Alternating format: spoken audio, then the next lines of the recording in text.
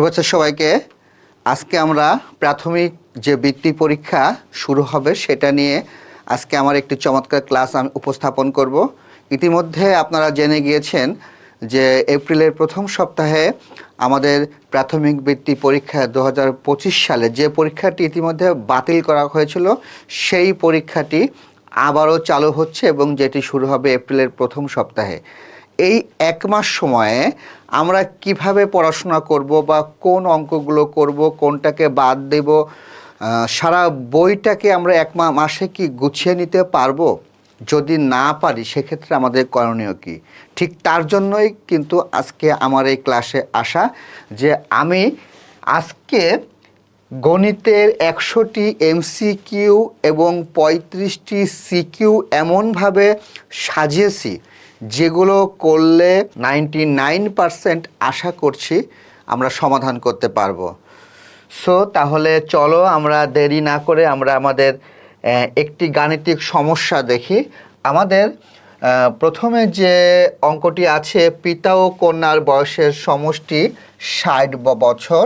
পিতার বয়স কন্যার বয়সের 3 গুণ হলে কন্যার বয়স নির্ণয় করতে গেলে কোন প্রক্রিয়া ব্যবহার করতে হবে?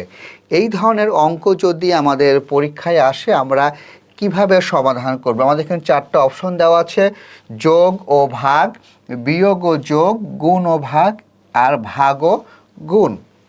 আমরা লক্ষ্য করি যে যখন আমরা কন্যার বয়স নির্ণয় করব, এই কন্যার বয়স নির্ণয় করতে গেলে আমাদের যে কাজটি করতে হবে যে পিতার বয়স কন্যার বয়সের 3 গুণ। আমি সাপোজ ধরে নিই যে যদি কন্যার বয়স যদি ক হয় তাহলে পিতার বয়স হবে কন্যার বয়সের 3 গুণ মানে 3 ক। তাহলে এই দুইজনের বয়সের সমষ্টি কত? এই দুইজনের বয়সের সমষ্টি যে পিতা এবং কন্যার বয়সের সমষ্টি, পিতার এবং কন্যার বয়সের সমষ্টি, এই সমষ্টি হবে হচ্ছে ক আর 3 ক যোগ করলে 4 ক বছর। অর্থাৎ সমষ্টি বের করতে গেলে আমাদের প্রথমে যোগ করতে হচ্ছে। এখন এই সমষ্টি হচ্ছে 60 বছর, তার মানে কি 4 ক সমান সমান 60, তার মানে ক এর মান হচ্ছে 60 ভাগ 4, অর্থাৎ 60কে 4 ভাগ করলে আমাদের উত্তর হবে হচ্ছে 15। আমাদের প্রশ্নে ছিল কন্যার বয়স কত, তাহলে ক এর মান আমরা পেয়ে গিয়েছি 15 বছর। অর্থাৎ প্রথমে আমরা যোগ করলাম, তারপরে হচ্ছে ভাগ করলাম। সঠিক উত্তর হচ্ছে যোগ এবং ভাগ। আমরা একটু দেখব পরবর্তী অঙ্কটি আমাদের কি আছে। গুণ্য 721 এবং গুণফল 0 হলে গুণক কত? আমরা এখানে একটু দেখে নিই যে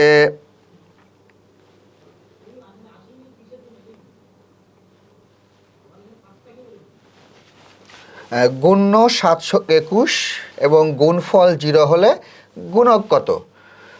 সো আমরা জানি কি? আমরা জানি হচ্ছে গুণ্য গুণ গুণক সমান গুণফল, এটা প্রত্যেকে আমরা জানি। গুণ্য গুণ গুণক সমান গুণফল, তাহলে গুণ্য হচ্ছে 721, গুণফল হচ্ছে 0, তাহলে গুণক কত? এই মানটি কত সেটি আমাদের বাহির করতে হবে। আমরা কি জানি যে কোনো সংখ্যার সাথে কি দিয়ে গুণ করলে 0 হয়? কোনো সংখ্যার সাথে যদি আমরা 0 দিয়ে গুণ করি তবেই কিন্তু 0 হবে। সো সঠিক উত্তর হবে হচ্ছে 0। আমরা আরেকটি অঙ্ক দেখব যে গুণ্য গুণক এবং গুণফলের মান কত হলে 3টি মানই সমান হবে। এই অঙ্কটার ক্ষেত্রে কিন্তু অনেকে একটা সমস্যায় পড়ে যায়, যে আমি যে কথাটি বলছিলাম গুণ্য গুণ গুণক সমান গুণফল, অর্থাৎ আমরা কি পেলাম যে গুণ্য গুণক এবং গুণফলের মান কত হলে 3টি মানই সমান হবে। দ্যাট মিন্স আমরা বলতে পারি গুণ্য যদি 1 হয়, গুণক যদি 1 হয়, গুণফলও 1 হবে। তাহলে 1 এর ক্ষেত্রে কিন্তু গুণ্য, গুণক এবং গুণফলের মান কত হলে তিনটি মানই সমান হবে। আবার যদি গুণ্যের মান 0 হয়, গুণকের মান 0 হয়, তাহলে গুণফলের মান 0 হবে। তাহলে গুণ্য, গুণক, গুণফলের মান তিনটি কত হলে, যদি 1 হয় তিনটা তাহলেও আমাদের সমান হচ্ছে, যদি 0 হয় তাহলেও আমাদের সমান হচ্ছে। তবে সব ক্ষেত্রে শূন্যটাকে প্রিফার ধরা হয় এবং সঠিক উত্তর হচ্ছে আমরা এখানে ব্যবহার করব 0। তবে কেউ কেউ যদি 0 এবং 1 দেয় সেটিও আমরা সঠিক বলে ধরে নেব। আমরা পরবর্তী স্লাইডে যাচ্ছি। নিচের কোন সূত্রটি সঠিক ধারায় বিন্যাসকৃত? অর্থাৎ এই ধরনের অঙ্কে এখানে 4টা অপশন দেওয়া আছে। কি কি? ভাজক গুণ ভাজ্য যোগ ভাগশেষ সমান ভাগফল, ভাজক গুণ ভাগফল যোগ ভাগশেষ সমান ভাজ্য, ভাজক গুণ ভাগশেষ যোগ ভাগফল সমান ভাজ্য, অ্যান্ড ভাজক গুণ ভাগফল যোগ ভাগশেষ যোগ ভাগশেষ। অর্থাৎ এটি হওয়ার কোনো সুযোগ নেই, কারণ এখানে কোনো ইকুয়াল নেই। সম্ভবত এখানে ইকুয়াল হবে, এটি আমার মিস্টেক। তো আমরা একটি সূত্র জানি যে ভাজ্যের সূত্র কি? ভাজ্য সমান আমরা কি বলতে পারি? ভাজ্য সমান আমরা বলতে পারি হচ্ছে ভাজক গুণ ভাগফল যোগ ভাগশেষ। আমরা এটা কিভাবে বললাম? আমরা লক্ষ্য করি, যদি 11কে আমরা 2 দিয়ে ভাগ দিই কত পাবো?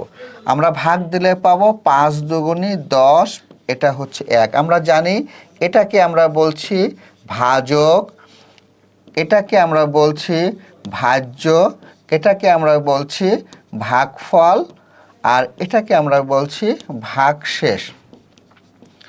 আমি বের করলাম এখানে যে ভাজ্য, দ্যাট মিনস এই ভাজ্য আমি বের করলাম। তাহলে ভাজ্য বের করার ক্ষেত্রে অর্থাৎ এই 11 আমাদের বের করতে হবে। কিভাবে বের করলাম? ভাজক আর ভাগফলের গুণ। ভাজক কত ছিল? 2, ভাগফল কত ছিল? 5, যোগ ভাগশেষ কত? এই যে ভাগশেষ 1, যোগ করলে কত হয়? 2 গুণ 5 যোগ 1 মানে হচ্ছে 11। অর্থাৎ সঠিক উত্তর হচ্ছে কোথায় আছে? ভাজক গুণ ভাগফল, ভাজক গুণ ভাগফল যোগ ভাগশেষ কোথায় আছে আমরা বের করব। যে ভাজক গুণ ভাগফল যোগ ভাগশেষ, এই যে খ নম্বরটি হচ্ছে আমাদের সঠিক উত্তর। আমরা আরও একটি স্লাইডে দেখব। কোনো ভাগ অঙ্কে ভাজক 84, ভাগফল 36 এবং ভাগশেষ 21 হলে ভাজ্য কত? আমরা আগের অঙ্কটিতে দেখলাম যে ভাজ্য নির্ণয় সূত্র কি? ভাজ্য নির্ণয় সূত্র হচ্ছে ভাজক গুণ ভাগফল যোগ ভাগশেষ। ভাগশেষ অর্থাৎ ভাজক কত? ভাজক হচ্ছে 84, ভাগফল কত? ভাগফল 36, ভাগশেষ কত? ভাগশেষ 21। এখন এই 84কে 36 যদি আমরা গুণ করি আমরা কি পেতে পারি? আমরা একটু দেখে নিই। গুণটা তোমরা তোমাদের খাতায় করে ফেলতে পারবে। আমি হচ্ছে একটু করে দেখি যে 84কে 36 গুণ করলে আমরা একটু করেই নিই। 84 গুণ 36, 4 6 24, 4 হাতে 2, 6 48 আর 2 50, 3 4 12, 2 হাতে 1, 3 8 24 আর 1 25। আমরা মনে হচ্ছে একটু ভুল করে ফেললাম। এখানে বসবে হচ্ছে 4 2 1024, 3024। অর্থাৎ আমরা এখানে লিখব হচ্ছে 3024 যোগ 21। যোগ করে দেখি 4 আর 1 5, 2 আর 2 4, 3045। আমি একটু ক্যালকুলেটরে চেক করি যে এটা ঠিক আছে কিনা।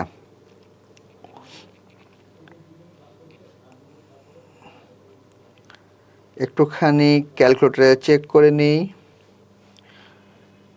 84 গুণ 36 যোগ 21। হ্যাঁ, সঠিক উত্তর হচ্ছে আমাদের 3045। আরেকটি অঙ্ক দেখছি আমরা। এই যে অঙ্কটি এখন দেখছি এটি হচ্ছে বৃত্তি পরীক্ষায় আসার জন্য মারাত্মক ইম্পর্টেন্ট। এই অঙ্কটি একটু লক্ষ্য করব যে 8টি ডিমের দাম 72 টাকা, এর 15টি ডিম ক্রয় করতে কত টাকা প্রয়োজন? ভালো করে লক্ষ্য করতে হবে যে 8টি ডিমের দাম হচ্ছে 72 টাকা, আমাদের ডিম ক্রয় করতে হবে 15টি। আমাদের এই 15টি ডিম ক্রয় করতে কত টাকার প্রয়োজন? তাহলে আমরা কি লিখব? 8টি ডিমের দাম 72 টাকা। তাহলে একটি ডিমের দাম কত? 72 ভাগ 8, 8 9 72, 9 টাকা। অতএব কয়টা আমাদের ডিম কিনতে হবে? 15টি। 15টি ডিমের দাম 9 গুণ 15 টাকা, কত পাবো?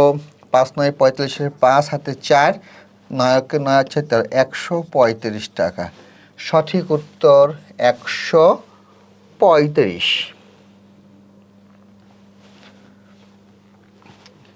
খুব মারাত্মক ইম্পর্টেন্ট এই অঙ্কটি। কোনো সংখ্যার 8 গুণের সাথে 20 যোগ করলে 60 হয়।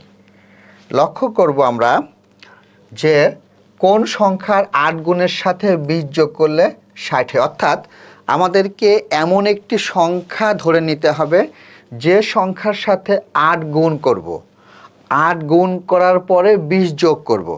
তাহলে এটি আমরা এইভাবে করতে পারি, যদি আমরা 1 গুণ করি তার সঙ্গে যদি 20 যোগ করি তাহলে কি 60 পাবো? পাবো না। 8 যোগ 20 মানে 28। আমরা যদি 2 গুণ করি তার সঙ্গে যদি 20 যোগ করি, 8 দুগুণে 16 আর 20 36। যদি আমরা 3 গুণ করি তার সঙ্গে 20 যোগ করি, 24 আর 20 44। আমরা যদি 4 গুণ করি যোগ করি, 4 32 আর 20 52। আমরা যদি 5 গুণ করি তাহলে 5 40 আর 20 60। অর্থাৎ কোন সংখ্যার 8 গুণের সাথে 20 যোগ করলে 60 হবে? সঠিক উত্তর হচ্ছে 5, কারণ আমরা এই যে 5 গুণ করেছি 8-এর সাথে, তার সঙ্গে 20 যোগ করে আমরা হচ্ছে 60 পেয়ে গিয়েছি। আমরা নেক্সট স্লাইডে আমরা দেখছি যে 5 অঙ্কের ক্ষুদ্রতম সংখ্যা হতে 1 বিয়োগ করলে কোন সংখ্যাটি পাওয়া যায়?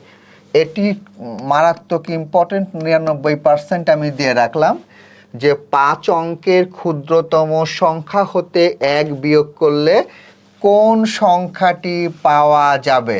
তাহলে 5 অঙ্কের ক্ষুদ্রতম সংখ্যা কত? 1-এর পরে 4টা শূন্য, এই 1-এর পরে 4টা শূন্য থেকে যদি আমি 1 বিয়োগ করি তাহলে আমাদের বিয়োগফল কত হবে? বিয়োগ করলে আমরা পেয়ে যাব 9999। সঠিক উত্তর হচ্ছে গ, 9999।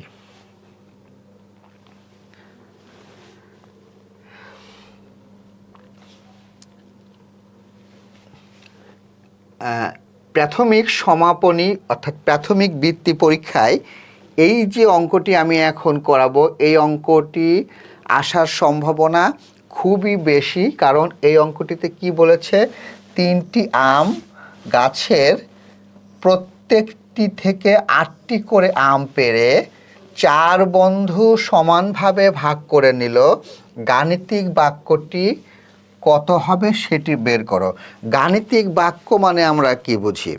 গাণিতিক বাক্য মানে বলেছে যে একটা গণিতের বিভিন্ন টার্ম নিয়ে একটা ইকুয়েশন তৈরি করা।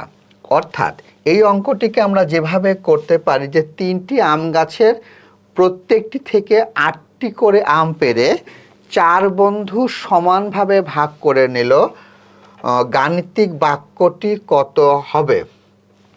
আম গাছ ছিল কয়টা? 3টা আম গাছ ছিল, প্রত্যেক আম গাছ থেকে 8টা করে আম পারলো, তাহলে মোট আম হলো কয়টা? 24টা। এই আম পেড়ে 4 বন্ধু ভাগ করলো, 4 বন্ধু ভাগ করলে এইটাই হবে গাণিতিক বাক্য। 3 গুণ 8 ভাগ 4 আছে কোথাও? এই যে ঘ নম্বরে। যদি কেউ এই রকম লেখে তাহলে কিন্তু এটা হবে না এই কারণেই যে এখানে ব্র্যাকেট ইউজ করেনি, অর্থাৎ এখানে ব্র্যাকেট অবশ্যই ব্যবহার করতে হবে। আমরা আরেকটি ইম্পর্টেন্ট অঙ্ক দেখব, এই অঙ্কটিও খুবই ইম্পর্টেন্ট, যে প্রাথমিক বৃত্তি পরীক্ষা 2025 সালের জন্য এই অঙ্কটিও আসার সম্ভাবনা অনেক বেশি। এটি একটি সরল অঙ্ক। এই সরল অঙ্কটিকে আমরা কিভাবে জানি? অনেকে এটাকে বডমাস সূত্র ব্যবহার করে, কিন্তু এই বডমাসের মধ্যে কিছুটা ভুল আছে। আমি তোমাদের বলে দিচ্ছি যে এখানে যে পার্টটি আছে 108 ভাগ 9 যোগ 12 বিয়োগ 7 গুণ 5। আমরা লক্ষ্য করব যে আমাদের প্রথম যে কাজটি হবে, এখানে ব্র্যাকেট থাকলে আগে ব্র্যাকেটের কাজ করা। আমরা ব্র্যাকেটের মধ্যে যা আছে সেইটা কাজ করব। 12 বিয়োগ 7 মানে হচ্ছে 5 গুণ 5। এখন যে কাজটি করতে হবে, ভাগ এবং গুণের মধ্যে অনেকে আগে ভাগের কাজ করে থাকে। এইটা মাথায় রাখতে হবে যে ভাগ এবং গুণের মধ্যে যেটি আগে থাকবে সেই কাজটি আমরা আগে করব। এটি অবশ্যই মনে রাখতে হবে যে 108কে 9 দিয়ে ভাগ করলে 12 হয়, যোগ 5 গুণ 5, অর্থাৎ 12 যোগ 5 5 25, যোগ করলে হবে হচ্ছে 37। সঠিক উত্তর হচ্ছে 37। আমরা এই অঙ্কটির দিকে খেয়াল করব। 5 অঙ্কের কোন সংখ্যা 100 গুণ 990 এর সমান? ভালো কথা, এইটা কিভাবে করব? 100 গুণ 990, এটা গুণ করলে কত হয় আগে দেখব। 99কে 1 দিয়ে গুণ করলে 99, শূন্য আছে 3টা। তাহলে এটা কয় অঙ্কের? এটা হচ্ছে 5 অঙ্কের। তাহলে 5 অঙ্কের কোন সংখ্যা এত এর সমান? এখানে কোন জায়গায় আছে? এই জায়গায় আছে, খতে। সঠিক উত্তর হচ্ছে খ। অঙ্কটি অবশ্যই তোমরা ভালো করে প্র্যাকটিস করবে।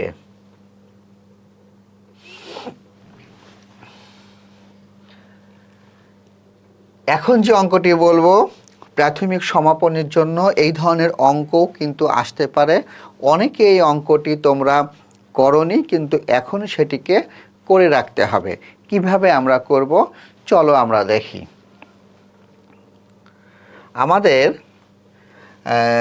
আরেফিন একটি বল 30 টাকা ও একটি ব্যাট 220 টাকা দিয়ে কিনে দোকানদারকে 300 টাকা দিলে দোকানদার তাকে 50 টাকা ফেরত দিল।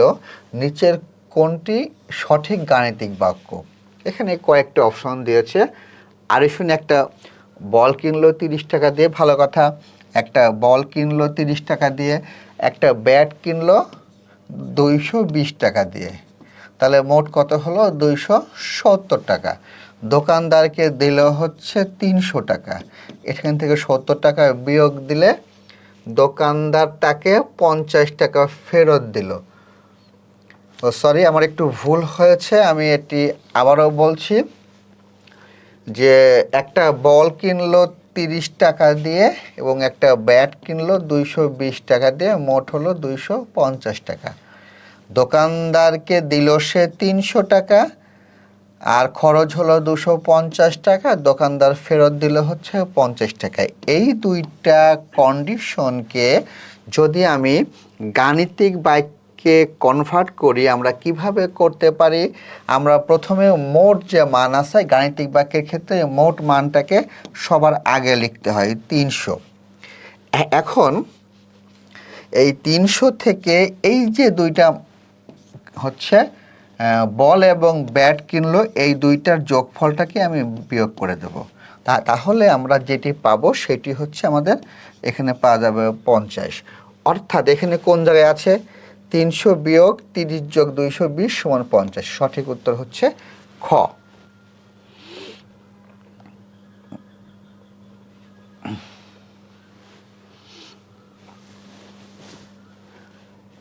প্রাথমিক বৃত্তি পরীক্ষার জন্য এই অঙ্কটি, এই 25 নম্বর অঙ্কটি ধরে নাও এটি চলে এসেছে, এটি খুবই ইম্পর্টেন্ট, অবশ্যই করতে হবে। এই অঙ্কটি সৃজনশীল আকারে আসতে পারে, সংক্ষিপ্ত আকারে আসতে পারে এবং এমসিকিউ আকারেও আসতে পারে। আমরা কিভাবে করব একটু লক্ষ্য করি। 7টি চেয়ার ও 3টি টেবিলের মূল্য একত্রে 8,670 টাকা। 3টি টেবিলের মূল্য 2,670 টাকা হলে 7টি চেয়ারের মূল্য কত? অঙ্কটা কিন্তু বেশ বড় অঙ্ক, আমরা একটু চিন্তা ভাবনা করে করব। যে 3টি টেবিলের মূল্য বলেছে 2,670 টাকা, আমরা দেখি যে 7টি চেয়ার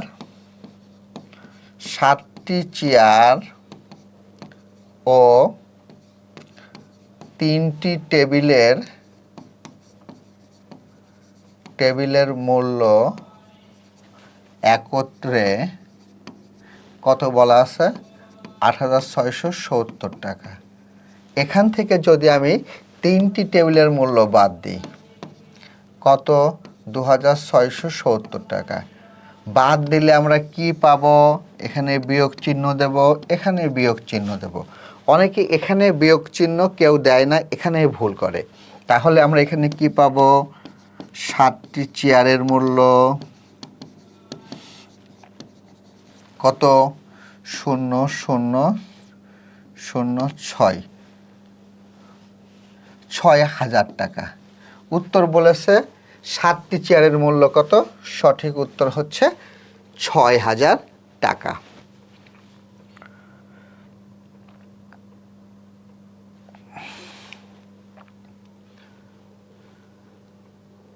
সাতাশ নম্বর অঙ্কটা, এক ব্যক্তির দৈনিক আয় 635 টাকা। তিনি আগস্ট মাসে কত টাকা আয় করেন? এরকম অঙ্ক যদি আমাদের প্রাথমিক বৃত্তি পরীক্ষায় আসে তাহলে আমরা কি করতে পারি? আমরা লক্ষ্য করি, আমরা আগস্ট মাস কত দিনে, এটা কি আমরা জানি? আগস্ট মাস কত দিনে বের করতে হলে এই যে আমাদের হাতের যেগুলো আছে এগুলো দেখে কিন্তু আমরা বের করতে পারি। জানুয়ারি, ফেব্রুয়ারি, মার্চ, এপ্রিল, মে, জুন, জুলাই, আগস্ট, অর্থাৎ আগস্ট মাস হচ্ছে 31 দিনে। অর্থাৎ এই উপরে যদি আমাদের চলে আসে মাসটা, সেগুলো সবই হচ্ছে 31 দিনে। অর্থাৎ আগস্ট মাস হচ্ছে 31 দিনে হয়। এখন দৈনিক আয় 635 টাকা, এই কথার অর্থ কি? অর্থাৎ একদিনে আয় করেছে 635 টাকা। তার মানে 635কে যদি আমি 31 দিয়ে গুণ দিই তাহলে যে মানটি বেরোবে সেটি উত্তর। কত হবে? 5 অক্কে 5, 3 অক্কে 3, 6 অক্কে 6, 0, 3 5 15, 5 হাতে 1, 3 থেকে 9 একে 10, 0 হাতে 1, 3 6 18 একে 19, যোগ করে দিই 5 5 আর 3 8 6, 19,685 টাকা। 19,685 টাকা। সো আমি কিন্তু অনেকগুলো গাণিতিক সমস্যার এমসিকিউ সমাধান করলাম। আমরা আরও একটি সমস্যা দেখব। এই ধরনের অঙ্ক নাম চেঞ্জ করে পরীক্ষায় আসতে পারে। আমি এখানে পড়ছি জেনি এবং জেসির একত্রে 750 টাকা আছে। জেনি এবং জেসি, এখানে পাঠ হচ্ছে দুইজন, একটা হচ্ছে জেনি আর একটা হচ্ছে জেসি। জেনির টাকা জেসির টাকার দ্বিগুণ, জেনির টাকা জেসির টাকার দ্বিগুণ। অর্থাৎ জেসির যদি ক টাকা থাকে, জেনির থাকবে 2 ক টাকা। এখন জেনির টাকার পরিমাণ কত? এই দুইজনের একত্রে আছে 750 টাকা। অর্থাৎ আমরা বলতে পারি 2 ক যোগ ক সমান সমান 750। তার মানে 3 ক মানে 750 আর ক মানে 750 ভাগ 3 মানে হচ্ছে 250। অর্থাৎ কম আছে কার? জেসির। তাহলে বলেছে জেসির টাকা যদি 250 হয়, জেনির টাকা কত? জেনির টাকা হবে 500, ডাবল। সো এই ধরনের অঙ্ক কিন্তু আমাদের প্রাথমিক বৃত্তি পরীক্ষার জন্য আসতে পারে। সেই ক্ষেত্রে পুরো অঙ্ক করার কোনো প্রয়োজন নেই, শর্টকাট নিয়মটাই করে রাখবে। আর এই ধরনের অঙ্ক যদি তোমাদেরকে আরও পেতে চাও, অবশ্যই তোমরা কমেন্টে আমাকে জানাবে যে তোমাদের এই ধরনের অঙ্ক আরও বেশি দরকার। সো আমরা পরবর্তী অঙ্কে চলে যাচ্ছি। খুব সহজ একটি অঙ্ক, কিন্তু পরীক্ষায় আসার মতো একটি অঙ্ক। দুটি সংখ্যার বিয়োগফল ৯৬১৪, ছোট সংখ্যাটি ২৪৯৫ হলে সংখ্যা দুইটি যোগফল কত? খুব ভালো করে লক্ষ্য করবে, এখানে শর্ত বলেছে দুটি সংখ্যার বিয়োগফল ৯৬১৪, ছোট সংখ্যাটি ২৪৯৫ হলে সংখ্যা দুটির যোগফল কত? এখন মনে করো দুইটি সংখ্যার বিয়োগফল হচ্ছে ২০। মনে করো দুইটি সংখ্যার বিয়োগফল হচ্ছে ২০। এর ভিতর ছোট সংখ্যাটা যদি ৫ হয়, তাহলে বড় সংখ্যাটা কত আগে আমরা বের করি। বড় সংখ্যাটা হবে হচ্ছে অবশ্যই ২৫। তাহলে এই ২৫ কি করে পেলাম? দুটি সংখ্যার বিয়োগফল ৯৬১৪, আমরা ধরেছি এখানে ২০। ছোট সংখ্যাটি ২৪৯৫, ছোট সংখ্যাটি আমরা এখানে ধরেছি ৫। তাহলে বড় সংখ্যাটা কত? অবশ্যই হবে ২৫, কারণ ২৫ থেকে ৫ বিয়োগ করলে ২০ হয়। ২৫ বিয়োগ ৫ সমান এই যে পেলাম ২০। তাহলে আমরা কি করলাম? এই ২০ আর ৫ যোগ করে কিন্তু পেলাম হচ্ছে বড় সংখ্যা। অর্থাৎ বিয়োগফল আর ছোট সংখ্যা যোগ করে কিন্তু আমরা পাবো হচ্ছে বড় সংখ্যা। তাহলে যোগে আমরা একটু ভুল করেছি, ৯৬১৪ আর ২৪৯৫ আমরা যোগ করব। ৫ আর ৪ ৯, ৯ একে ১০, ০ হাতে ১, ৬ একে ৭ আর ৪ ১১, ১ হাতে হচ্ছে ১, ৯ একে ১০ আর ২ হচ্ছে ১২। এর সঙ্গে আমরা যোগ করব, কত যোগ করব? এটা বড় সংখ্যা, এর সঙ্গে যোগ করব আমরা ছোট সংখ্যাটি, আবার যোগ করব ২৪৯৫। তাহলে ৯ ৫ ১৪, ৪ হাতে ১, ৯ একে ১০, ০ হাতে ১, ৪ একে ৫, ৪ একে ৬, ২ আর ২ ৪, ১৪৬০৪। সঠিক উত্তর হচ্ছে গ। আমরা সঠিক উত্তর কিন্তু পেয়ে গেছি।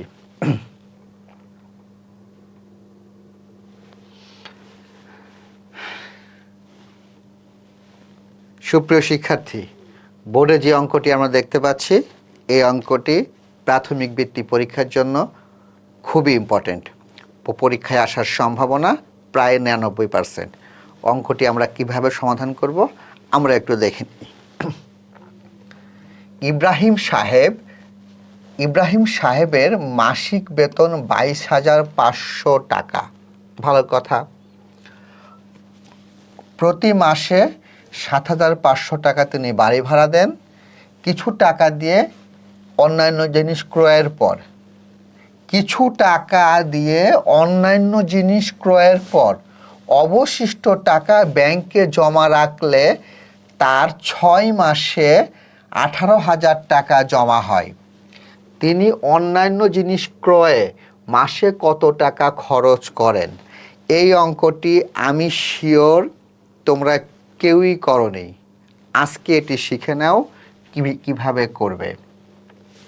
যে ৬ মাসে ১৮,০০০ টাকা তার জমা হয়। ভালো কথা, আমরা দেখি ৬ মাসে জমা হয় কত? ১৮,০০০ টাকা। তাহলে এক মাসে জমা হবে কত? ১৮,০০০ ভাগ ৬ সমান সমান ৩,০০০ টাকা। অর্থাৎ তিনি প্রতি মাসে জমা করেন ৩,০০০ টাকা। আচ্ছা, তার বাড়ি ভাড়ায় খরচ হচ্ছে ৭,৫০০ টাকা, আর তিনি জমা করেন কত? ৩,০০০ টাকা। তাহলে মোট কত? ১০,৫০০ টাকা। বেতন পেয়েছেন কত? ২২,৫০০ টাকা। এটি তার বাড়ি ভাড়া আর এটি তার জমা। বাড়ি ভাড়া এবং জমা মিলে তার কত? ১০,০০০ 500 টাকা বিয়োগ করব এই যে 12,000 টাকা পেলাম, এই 12,000 তিনি হচ্ছে অন্যান্য সব খরচ করেন, অন্যান্য সব খরচ করেন। সঠিক উত্তর হচ্ছে 12,000 টাকা। তোমরা যে অঙ্কগুলো করেছো সেই অঙ্কগুলো একটু ভিন্ন আঙ্গিকে, কিন্তু এই অঙ্কটি কিন্তু একেবারে ভিন্ন। সো এই ধরনের অঙ্ক কিন্তু পরীক্ষায় আসলে আমাদেরকে সঠিক উপায়ে সমাধানের চেষ্টা করতে হবে। আমরা আরও একটি অঙ্ক দেখব, একটি সরল অঙ্ক। অঙ্কটি খুবই ইম্পর্টেন্ট, একটু আমরা দেখে নেব। 40 বিয়োগ 3 ফার্স্ট ব্র্যাকেট 6 যোগ 4 first bracket close third bracket ভাগ 2 যোগ 9। এই অঙ্কের ক্ষেত্রে আমরা প্রথম যে কাজটি করব, যে ফার্স্ট ব্র্যাকেট অর্থাৎ ফার্স্ট ব্র্যাকেট যেখানে আছে সেই কাজটুকু করব। 40 বিয়োগ 3, এই যে ফার্স্ট ব্র্যাকেট মানে হচ্ছে গুণ, 6 যোগ করলে 10, ফার্স্ট ব্র্যাকেট তুলে দিলে এখানে আমরা গুণ চিহ্ন দিয়ে দিলাম। এখানে আমাদের থাকলো হচ্ছে আরেকটা ব্র্যাকেট দিয়ে দিলাম, ভাগ 2 যোগ 9, অর্থাৎ 40 বিয়োগ 3 10 30। বিয়োগ এবং গুণের মধ্যে গুণের কাজ আমরা করব, গুণের কাজ করেছি, ভাগ 2 যোগ 9। 40 থেকে 30 বিয়োগ করলে 10, ভাগ 2 যোগ 9, অর্থাৎ 10 থেকে 2 ভাগ করলে 5 যোগ 9 মানে হচ্ছে 14। সঠিক উত্তর হচ্ছে 14। আশা করছি তোমরা বুঝতে পেরেছ।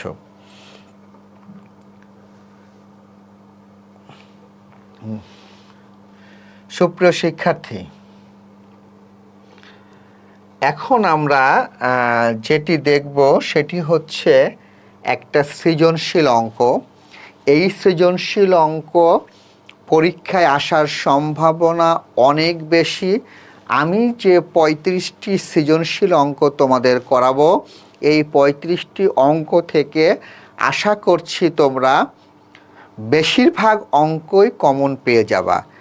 আর এই এক মাসে কিভাবে তোমরা তোমাদের টেক্সট বইটাকে কাভার করবা তার ডিটেলস কিন্তু আমি তোমাদেরকে জানিয়ে দেব, কিভাবে এই অঙ্কগুলোকে তোমরা সমাধান করবে। অঙ্কটি আমরা একটু দেখি। এই অঙ্কটি আমরা আগেও দেখেছি।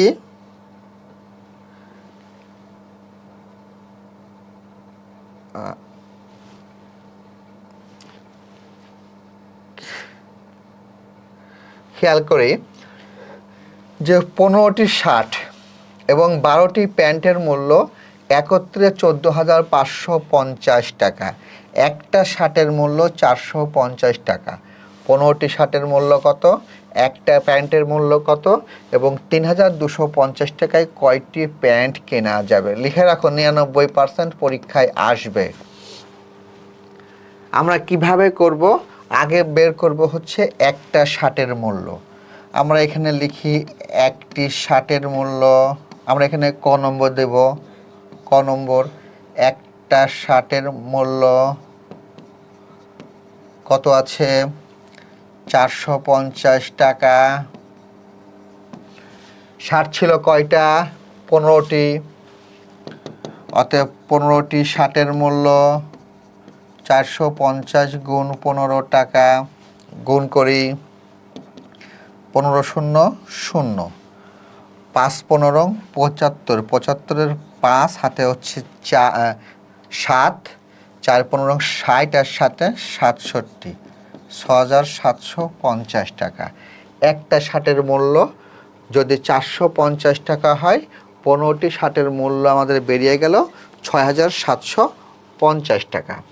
আচ্ছা, আমাদের এখানে বলা ছিল, আমাদের ক নম্বর শেষ, যে 15টি শার্টের মূল্য কত আমরা পেয়ে গেছি, 15টি শার্টের মূল্য 6,750 টাকা। খ নম্বর, খ নম্বর, খ নম্বরে আমাদের কি বলেছে যে একটা প্যান্টের মূল্য কত? আমরা এখানে লিখব যে 15টি শার্ট যোগ 12টি প্যান্টের মূল্য, 12টি প্যান্টের মূল্য কত, এটা যোগ করলে আর 71 লেখা লাগবে না, 14,550 টাকা। এবার বলেছে 15টি শার্টের মূল্য, এখানে লিখব 15টি শার্টের মূল্য কত পেয়েছি, 6,750 টাকা। আমরা যদি এখন বিয়োগ করি, এখানে একটা বিয়োগ চিহ্ন দেব, এখানে একটা বিয়োগ চিহ্ন দেব, 60 কেটে গেল, এখানে থাকলো 12টি প্যান্টের মূল্য, 12টি প্যান্টের মূল্য বিয়োগ করি, 0, 5 থেকে 5 বিয়োগ করলে 0,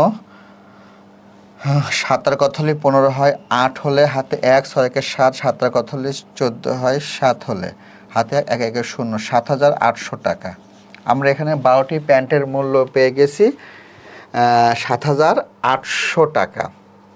আমরা একটু দেখি যে এরপরে একটা প্যান্টের মূল্য কত বের করতে বলেছে। অতএব একটি প্যান্টের মূল্য 7,800 ভাগ 12 টাকা, ভাগ করি 6 বারং 72, 0 60, 5 বারং 60, এই 0 নামালাম, এখানে 0, অর্থাৎ আমরা পেলাম হচ্ছে 650 টাকা। সো আমরা খ নম্বরটাও করে ফেললাম। আমরা এখন গ নম্বরটা আমরা একটু দেখব। গ নম্বর কি বলেছে যে 3250 টাকায় কয়টি প্যান্ট কেনা যাবে। তাহলে একটা প্যান্টের মূল্য হচ্ছে 650 টাকা। তাহলে 3250 টাকায় কয়টি প্যান্ট কেনা যাবে সেটি আমরা একটু দেখব। আমরা আরেকটা স্লাইড দেখি যে 650 টাকায় আমরা গ নম্বরটা লিখব। 650 টাকায় পাওয়া যায় একটি প্যান্ট। অতএব 3200 আমাদের কত ছিল, এটা আমাদের ছিল হচ্ছে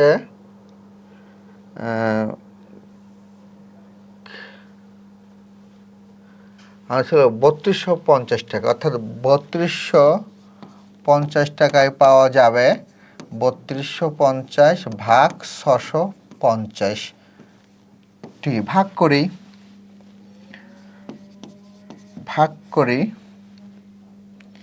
650 দিয়ে ভাগ করি, 5 দিয়ে দিই, 5 দিয়ে গুণ দিলে কত হবে, 5 0 0, 5 5 25, 5 হাতে 2, 5 6 30, 7 দিয়ে 32, অর্থাৎ 5টি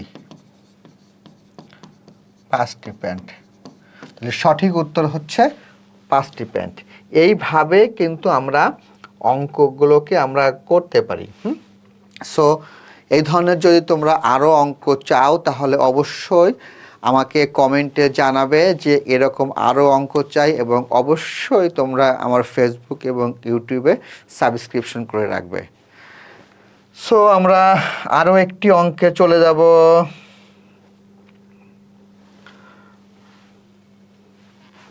আচ্ছা,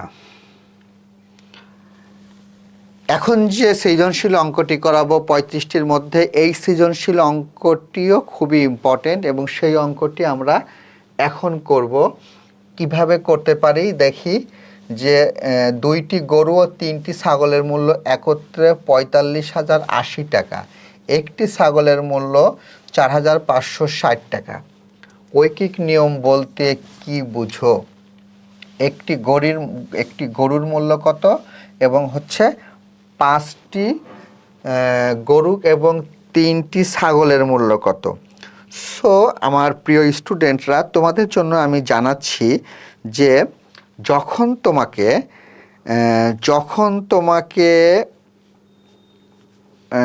এই ধরনের অঙ্ক পরীক্ষায় আসবে এবং পরীক্ষায় বলবে যে এটিকে সমাধান করো, এই ধরনের সমাধান করতে গেলে আমাদেরকে কয়েকটা কাজ করতে হবে। হ্যাঁ, সেই কাজটি কীরকম?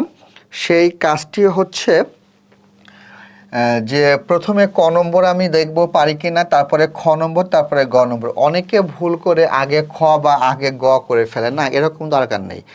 এখন এখানে আছে যে ঐকিক নিয়ম বলতে কি বুঝো, এইটা সংখ্যা যদি তুমি না পারো সেক্ষেত্রে তুমি এখানে ক নম্বরটা স্ক্যাপ করতে পারো, যে এখানে এটা এই ক এর সাথে খ এর কোনো সম্পর্ক নেই, কিন্তু যদি পারো তাহলে তোমাকে লিখতে হবে। ঐকিক নিয়ম হলো একটা গাণিতিক সমস্যার সমাধানে এককের সাহায্যে বহু পরিমাণ নির্ণয়ের পদ্ধতি।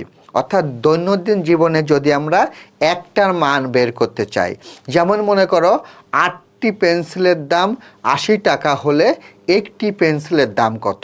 অর্থাৎ ঐকিক নিয়ম আমরা তাকেই বলবো যদি আমরা কোনো কিছুকে থেকে একটার মান বের করতে চাই, সেটি হচ্ছে আমাদের ঐকিক নিয়ম। এই ঐকিক নিয়ম করতে গেলে আমাদের যে কাজটি করতে হবে, যে প্রথমে আমরা লিখব হচ্ছে সমাধান। আমরা প্রথমে লিখব হচ্ছে সমাধান। সমাধানে আমরা কি করব, আমরা লিখব হচ্ছে একটি ছাগলের মূল্য কত, 4560 টাকা। আচ্ছা, ছাগল ছিল কয়টা, 3টা, অতএব 3টি ছাগলের মূল্য 4560 গুণ 3, গুণ করলে কত পাবো, যে 0, 3 6 18, 8 হাতে 1, 3 5 15, 1 16, 6 হাতে 1, 3 4 12, 1 13, 13,680 টাকা। আমাদের 3টা ছাগলের মূল্য বেরিয়ে গিয়েছে। উদ্দেশ্য হচ্ছে একটি গরুর মূল্য বের করা। এখন কিভাবে করব, আমরা এখানে খ নম্বর দিব। এখন আমরা লিখব যে 2টি গরু ও 3টি ছাগলের মূল্য,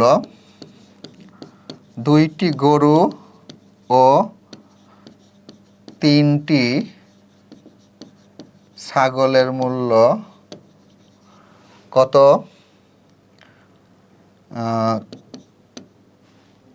45,080 টাকা।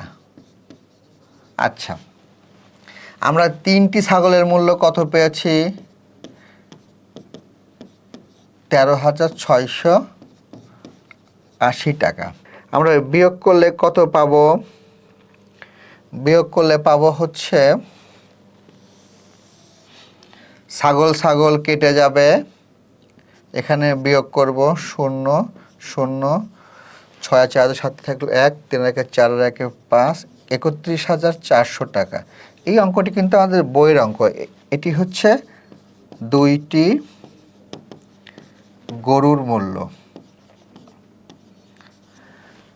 হ্যাঁ, আমরা 2টি গরুর মূল্য পেয়ে গেলাম। অতএব এখান থেকে একটি গরুর মূল্য বের করব, 31,400 ভাগ 2 টাকা।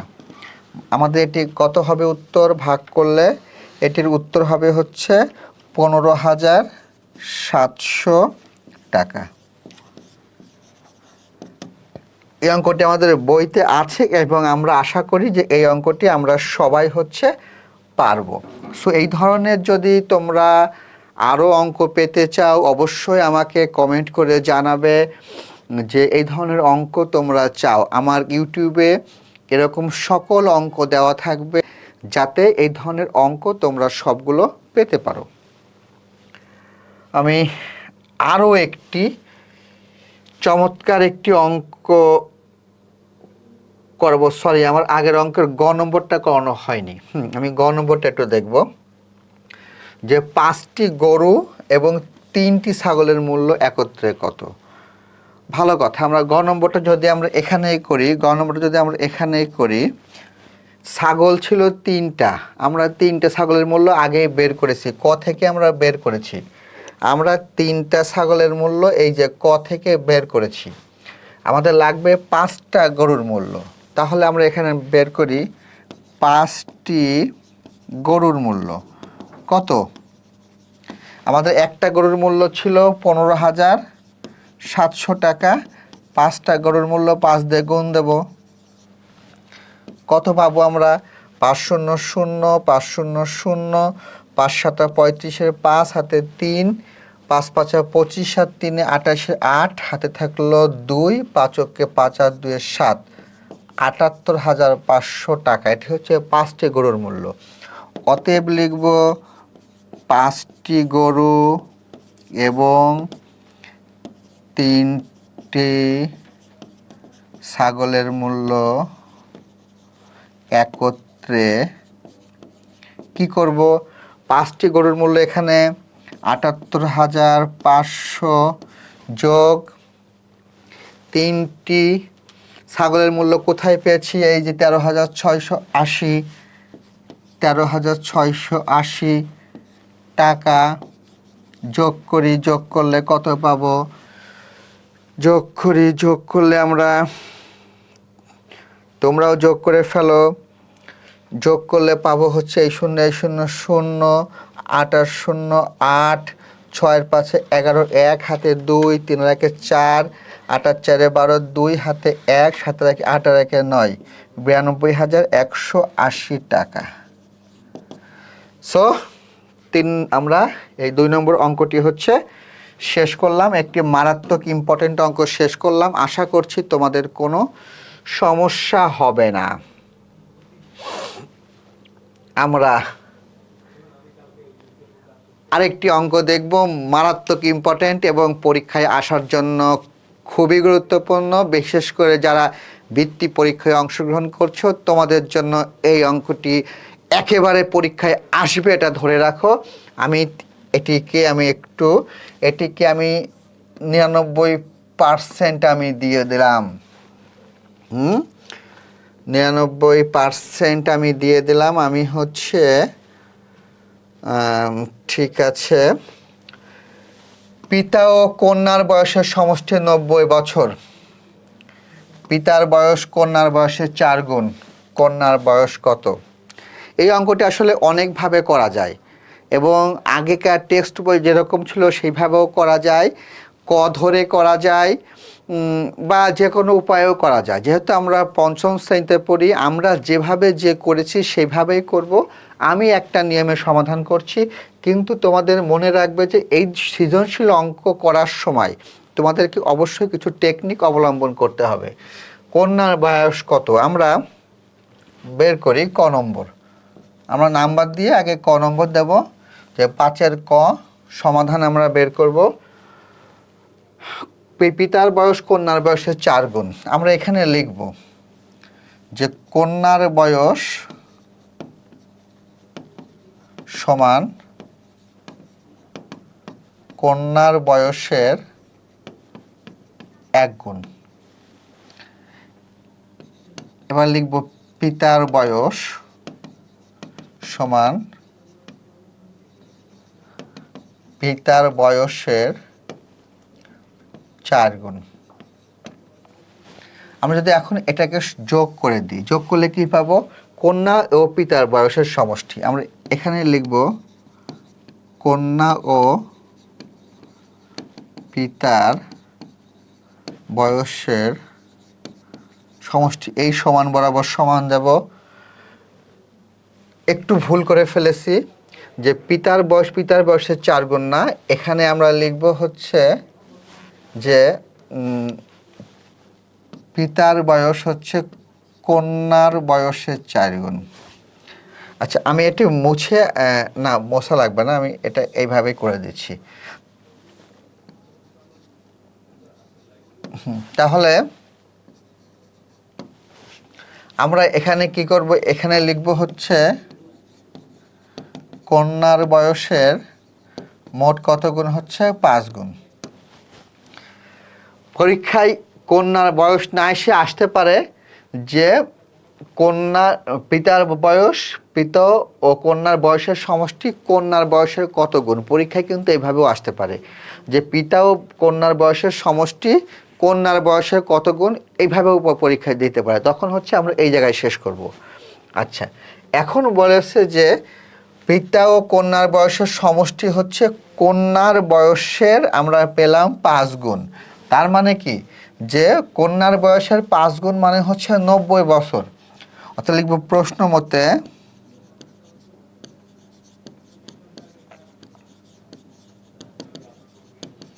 কন্যার বয়সের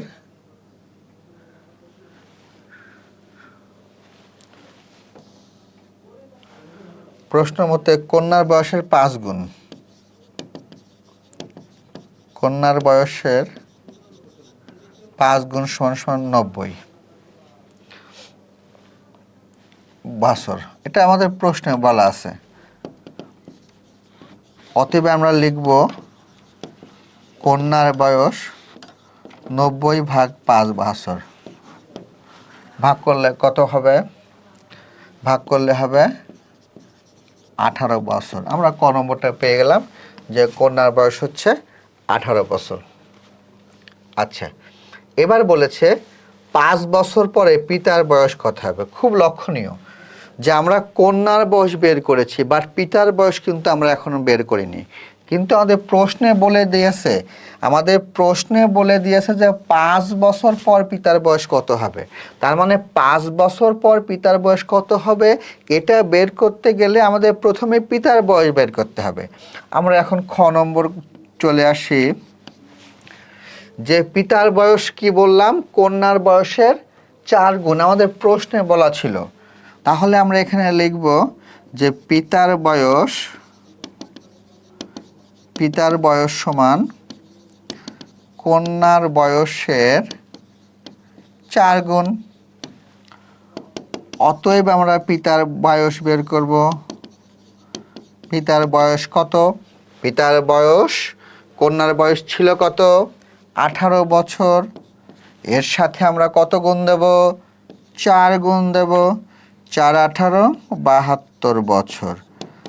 তাহলে আমরা কি পেলাম? আমরা পেলাম হচ্ছে পিতার বয়স কন্যার বয়সের 4 গুণ। মানে কন্যার বয়স যদি 18 বছর হয়, পিতার বয়স হবে 18 গুণ 4 সমান 72 বছর। আমরা খ নম্বর এখনো শেষ করি নাই, আমরা পিতার বয়স পর্যন্ত বের করেছি। এখন বলেছে 5 বছর পর, এটি হচ্ছে পিতার বর্তমান বয়স। অতএব 5 বছর পর পিতার বয়স। আচ্ছা, তোমরা বলো তো যে তোমার বয়স যদি এখন 11 বছর হয় বা 10 বছর হয়, 5 বছর পরে তোমার বয়স কত হবে? অবশ্যই বাড়বে। তাহলে 10 যোগ 5 মানে হবে 15। তাহলে পিতার বয়স ছিল এখানে 72 বছর। তাহলে এই 5 বছর পরে কত হবে? 72 যোগ 5 সমান সমান 77 বছর। এটা আমরা পেয়ে গেলাম। এখন বলেছে 6 বছর পূর্বে তাদের বয়সের সমষ্টি কত ছিল। কি একটা পেঁয়াজ দিয়েছে দেখো। 6 বছর পূর্বে, পূর্বে মানে কি? পূর্বে মানে হচ্ছে আগে। তাহলে পিতার বর্তমান বয়স কত? 72 বছর। আমরা দেখি, আমরা আরেকটা স্লাইড নিয়ে আমরা দেখি যে হচ্ছে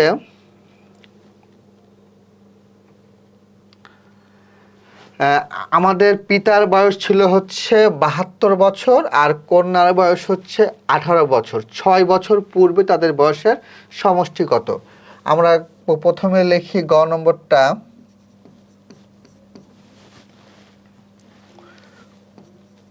কন্যার বয়স 18 বছর, এটা বর্তমান বয়স, আর পিতার বয়স 72 বছর। তাহলে 6 বছর আমরা দেখি কি আছে আমাদের এখানে। আছে হচ্ছে যে 6 বছর পূর্বে তাদের বয়সের সমষ্টি কত। তাহলে কি করব? 6 বছর পূর্বে কন্যার বয়স কত বের করব, 6 বছর পূর্বে পিতার বয়স কত বের করব। আমরা এখানে লিখব যে 6 বছর পূর্বে কন্যার বয়স, পূর্বে মানে আগে, আগে থাকলে কি করব? অবশ্যই বিয়োগ করব। 18 বিয়োগ 6 বছর মানে কি 12 বছর। 18 বিয়োগ 6 মানে 12 বছর। এখন 6 বছর পূর্বে পিতার বয়স কত ছিল? পিতার বয়স ছিল 72 বছর। তাহলে 72 থেকে 6 বাদ দিলে কত হবে 66 বছর। এই 72 বিয়োগ 6 সমান 66, এটা আমরা সবাই জানি। হ্যাঁ, এখন 6 বছর পূর্বে কন্যা ও পিতার বয়সের সমষ্টি, অতএব 6 বছর পূর্বে কন্যা ও পিতার বয়সের সমষ্টি, সমষ্টি মানে কি অবশ্যই জানি যোগ। আগে লিখেছি কন্যা, তাহলে এখানে লিখব কন্যা 12, তারপরে লিখেছি পিতা, পিতা হচ্ছে 66 বছর, যোগ করি 6 দিয়ে 8, 78 বছর। সো আশা করছি সবাই বুঝতে পেরেছো। আমি তোমাদেরকে আবারও বলছি যে মাত্র 35টি সৃজনশীল করলে আমরা গণিতের 99% অঙ্ক আমরা কমন পেয়ে যাব। সো গণিতে আর খারাপ করার কোনো সুযোগ নাই। আর আমি 100টি যে এমসিকিউ দেব, সেই 100টি এমসিকিউ অবশ্যই অবশ্যই তোমরা ভালো করে পড়বে। আশা করছি তোমাদের কোনো বিষয়ে কোনো সমস্যা হবে না। আমরা পরবর্তী স্লাইডে দেখি।